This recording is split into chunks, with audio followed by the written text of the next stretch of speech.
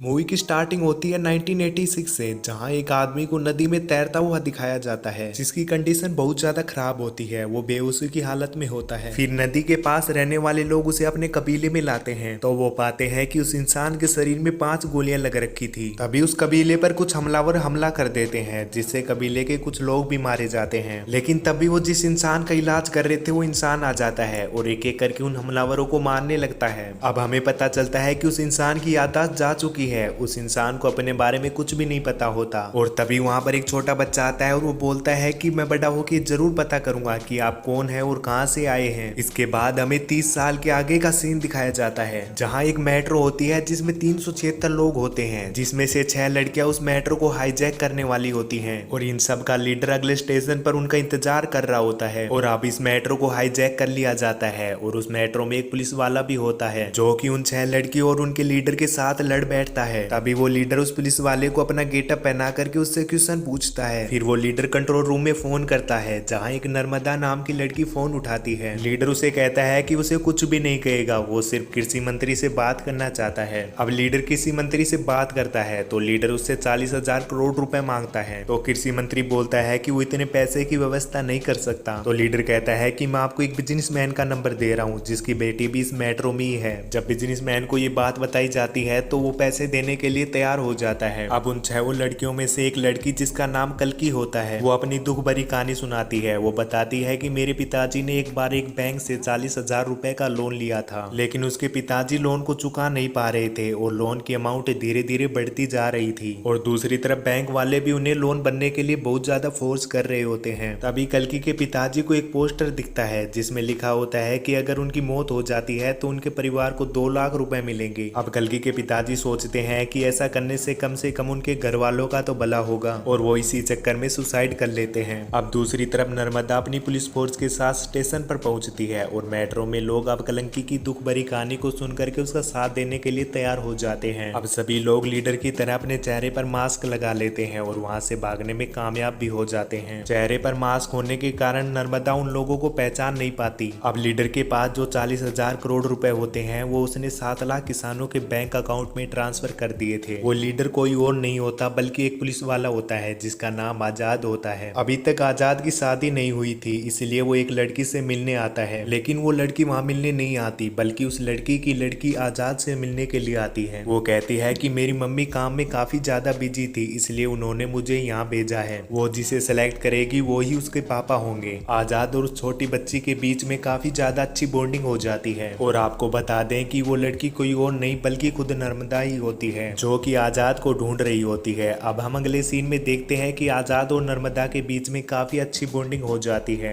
एक दिन health minister कहते हैं कि अगर उन्हें गोली भी लग जाती है तो भी वो अपना इलाज सरकारी अस्पताल में नहीं करवाएंगे क्योंकि उसने सरकारी अस्पतालों की हालत इतनी ज्यादा खराब कर दी है कि अब सभी अस्पताल उसके सामने फेल हैं। अब किसी कारण से हेल्थ मिनिस्टर की गोली लग जाती है। अब उनका इलाज करवाने के लिए प्राइवेट अस्पताल में ले जाया जा रहा होता है, लेकिन लीडर और उसकी टीम ने मिलकर के हेल्थ मिनिस्टर को प्राइवेट अस्पताल की जगह सरकारी अस्पताल में भर्ती करा दिया था।